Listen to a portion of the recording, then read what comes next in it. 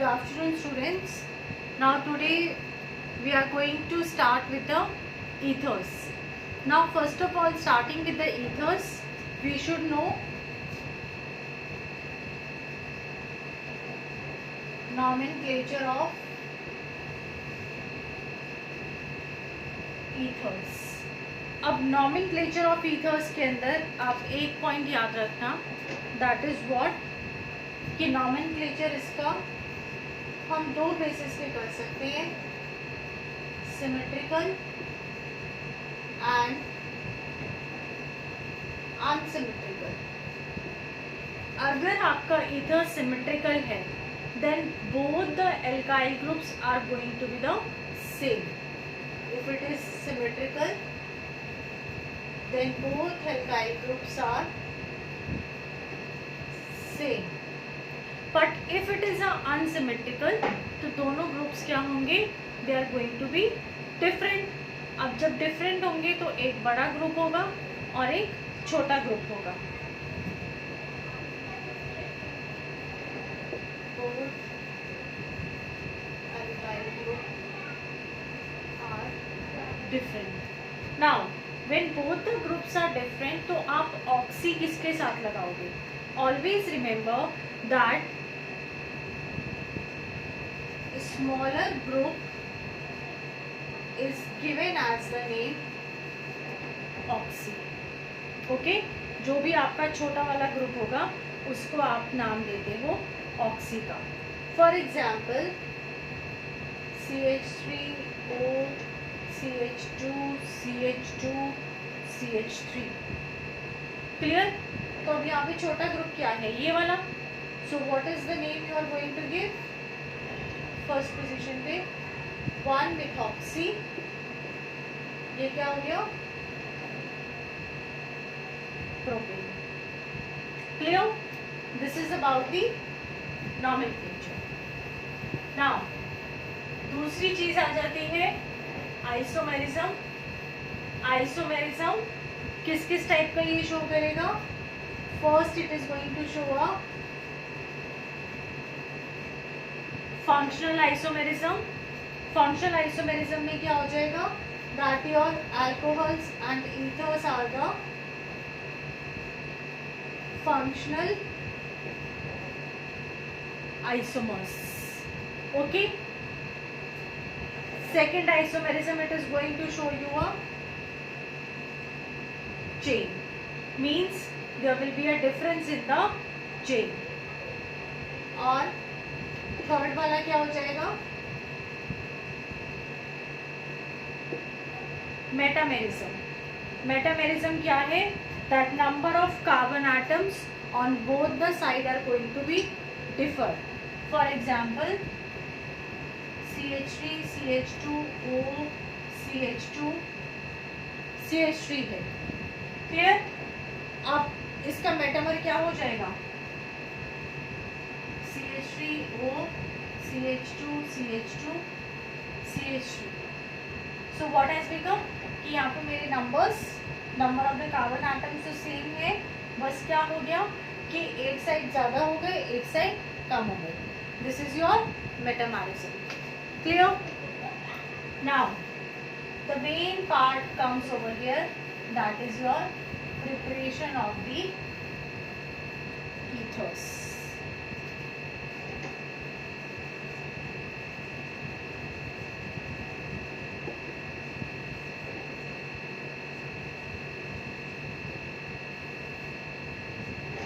Now when we talk about the preparation of the ethers, in the preparation of the ethers, the very first preparation is by dehydration of alcohols.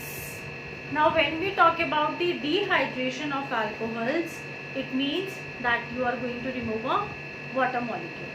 अब यहाँ पे आप याद रखना कि ये वाला जो प्रोसेस है, we are going to apply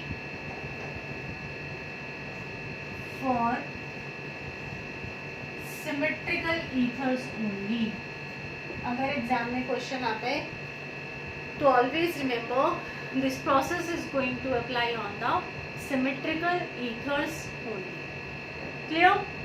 Now over here, let's take look the example CH3 CH2 OH. Okay, अब इसकी जब डिहाइड्रेशन होगी तो यहाँ पे we get a mixture. Now what is going to happen कि आपने H2SO4 डाला.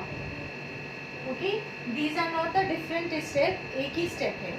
H2SO4 डाला, but when the temperature is around 443 kelvin, फिर जब पहुंचा, so what is going to happen?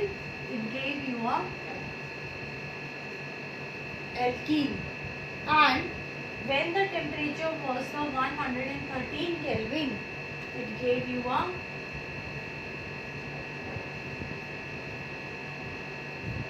ether. Clear? Now over here we say that अब ये जो आपका प्रोसेस हो गया, इसकी लिमिटेशंस क्या हो गई, लिखते जाना अपनी एनसीईआरटी में. Your first limitation is what? It do not give the pure product. आपको ईथर चाहिए था पर आपको ईथर नहीं मिला as the pure product. Second point, it says formation of ether is accompanied by the alkene. जब आपको ईथर मिला तो आपके पास क्या आ गया? एल्कीन भी आ गया. Third disadvantage, it should be used और you can say large it should be done with a large amount of the alcohol. Like over here if you look, मैंने यहाँ पे बैलेंसिंग नहीं करी है. over here I can write down large volume. Okay, because यहाँ पे मेरे 2 ही carbon atoms है, 4 कार्बन एटम्स यहाँ पे है, 2 कार्बन एटम्स यहाँ पे है.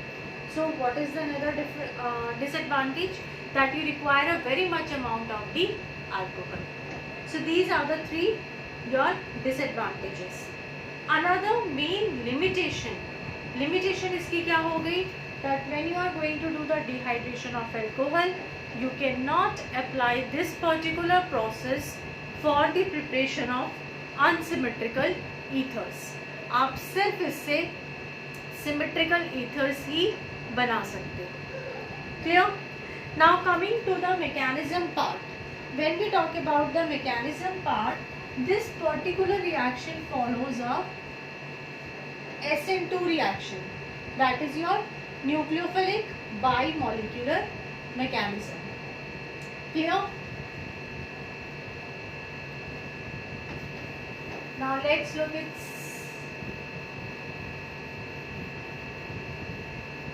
mechanism. इसका mechanism देखिए. स्टेप 1 के अंदर क्या होगा?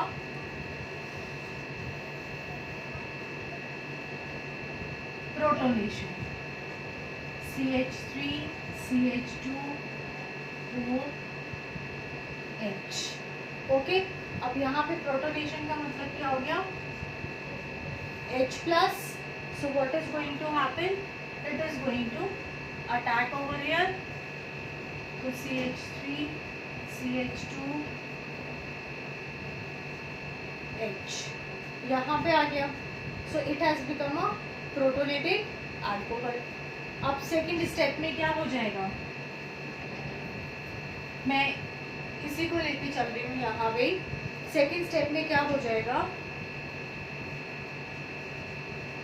CH3 CH2 OH. ये था आपके पास. So what has become over here कि इसके अंदर से ये जो ऑक्सीजन था इसके पास से इलेक्ट्रॉन यहाँ पे शिफ्ट हो जाए. Electron is going to shift over here. Now when electron is going to shift over here, what is going to happen कि यहाँ से वाटर मॉलिक्यूल जो है वो लिबरेट हो जाएगा. When water molecule is going to liberate, तो क्या हो गया यहाँ पे? It has become a carbocation, और you can say it has become a when it is being liberated, it has become a protonated ethoxy ethane. कैसे?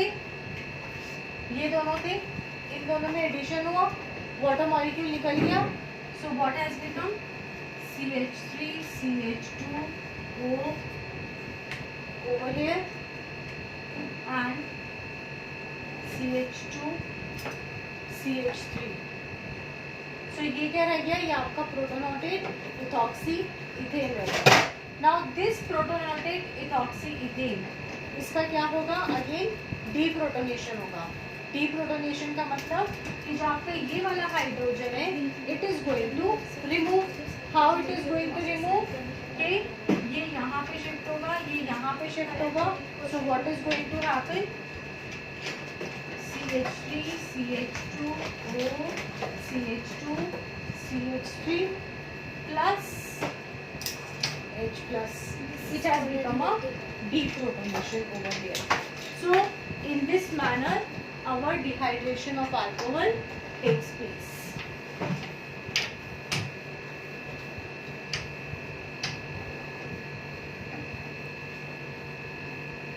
Now the second process, that is a named reaction, हो गया आपकी Williamson's synthesis.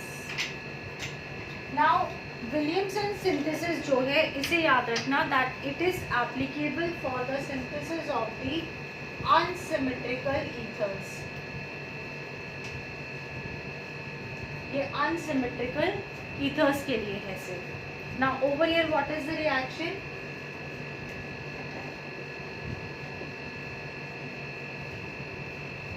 With the 2 sodium, ये alkoxide बना देगा plus H2। अब step 2 के अंदर you can say what has become RH plus RONA, alkyl halide जो है, जो आपका एल्कोक्साइड बना उसके साथ रिएक्ट करेगा, so it is going to give you a ROR dash, okay, plus NaX। Clear? अब यहाँ पे भी से दैट फॉर एग्जाम्पल मैं लेती हूँ CH3 CH2ONA प्लस इसको हम रिएक्ट करा देते हैं CH3Br। Temperature condition is 330 kelvin, so what is going to become CH3 CH2ONA plus OCH3 plus NaBr। Okay, अब यहाँ पे एक इम्पॉर्टेंट पॉइंट है, note down that point. Aryl halide and sodium alkoxide cannot be used for preparation of ether. Aryl halide and sodium alkoxide cannot be used for preparation of ether because aryl halides are less reactive towards nucleophilic substitution reaction. I am repeating this sentence again. Aryl halide and sodium alkoxide cannot be used for preparation of ether because aryl halides are less reactive towards nucleophilic substitution reaction. अब इस particular reaction की limitation है। क्या limitation है? अगर आपको ether की quantity as a product बहुत ज़्यादा चाहिए, means if you require a very good yield of the ether, then what you are going to do, आपको alkyl halide as a primary group लेना है एंड एल्कोक्साइड आपको as a secondary या tertiary लेना है। So this is the limitation. Why we do such? Because alkoxides जो हैं वो सिर्फ न्यूक्लियोफाइल्स नहीं होते, but they are the strong bases also. Therefore, they react with the alkyl halide, leading to the reaction as a elimination reaction. Third आपकी आ जाती है preparation from alkyl halide. From alkyl halide we say by treating it with the dry silver oxide, what we do, we take a CH3 CH2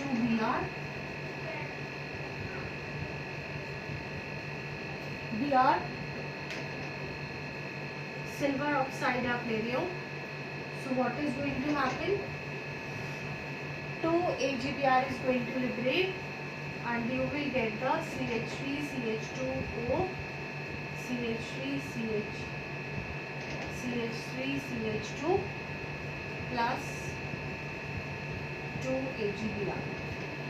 So with this we finish the preparation of the ethers.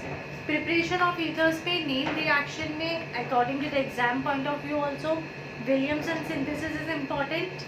और अगर आप conversion का question आता है तो what you need to remember, symmetrical है तो dehydration of alcohol होगा, unsymmetrical है तो Williamson synthesis आपको apply करनी है. और क्या mind में रखना है that you are going to take a alkyl halide as primary group and as the alkoxide you are going to take a secondary and tertiary. So for today, this much only we are going to do. Just look out for it, read it, look the mechanism part and try to go through for the question number, or you can say example 11.6 given in your NCERT books. Good day all of you for today. Take rest.